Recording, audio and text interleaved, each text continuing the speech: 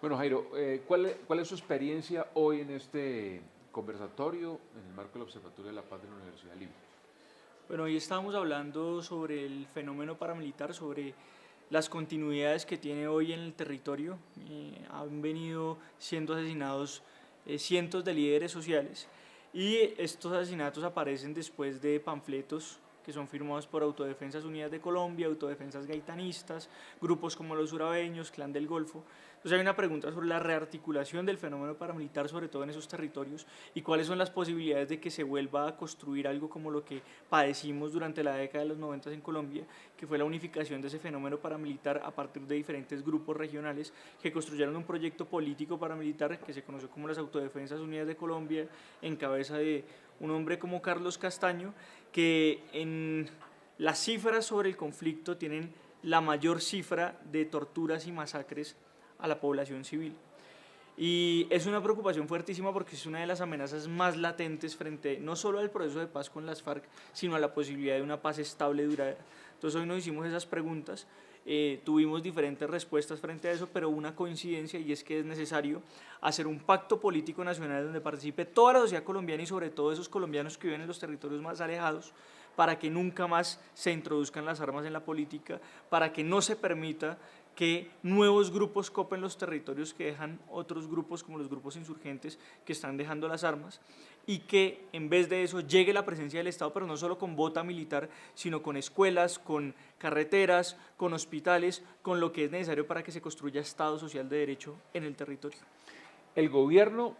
empezando por el señor ministro de la Defensa, dice que no se puede volver a hablar de paramilitarismo, pero ustedes han planteado y las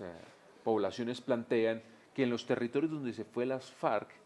están apareciendo, según la OPI,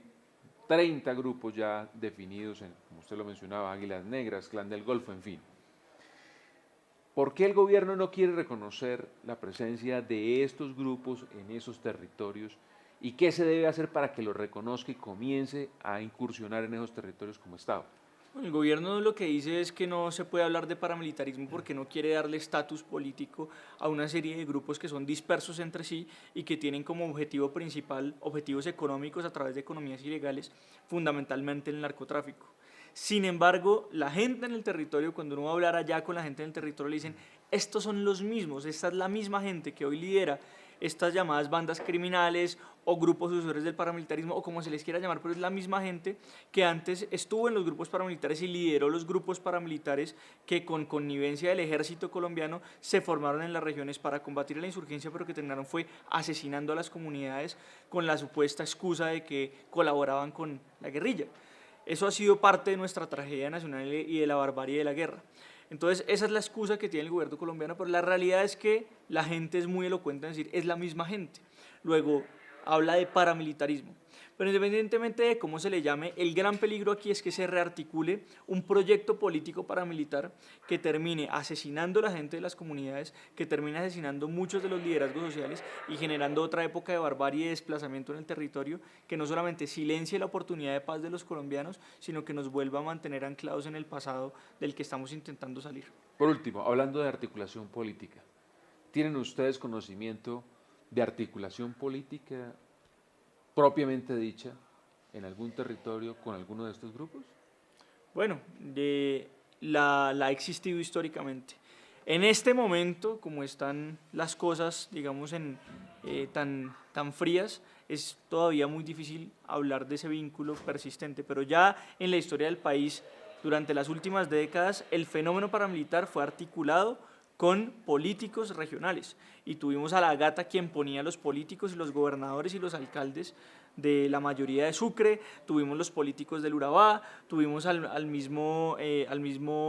Salvador Arana, que fue inclusive un alto funcionario del gobierno de Álvaro Uribe, tuvimos a César. Kiko Gómez, que está actualmente en la cárcel, es decir, es un fenómeno, aquí en Colombia existe un fenómeno de articulación y de vínculo entre políticos regionales, grupos paramilitares, y también hubo un vínculo entre el ejército colombiano y la fuerza pública y grupos paramilitares, y por eso tenemos a Rito Alejo del Río en la cárcel, entre otras personas. Ellos armaban grupos paramilitares bajo una idea, y es que en realidad lo que había que hacer para combatir a la insurgencia era quitarle el agua al pez, y quitarle el agua al pez era asesinar las comunidades. Cuando efectivamente las comunidades que están asentadas en un territorio, pues cuando llega un actor armado, lo único que pueden hacer es adaptarse a la presencia de ese actor armado, y cuando ese actor armado dura por mucho tiempo, pues se naturaliza la presencia de ese actor armado. Entonces ahí se configuró buena parte de la barbarie de nuestra tragedia de la guerra reciente en el país, y eso no puede volver a suceder desde ningún punto de vista. Pero eso no solamente se soluciona con presencia militar, sino con presencia estatal en toda su dimensión,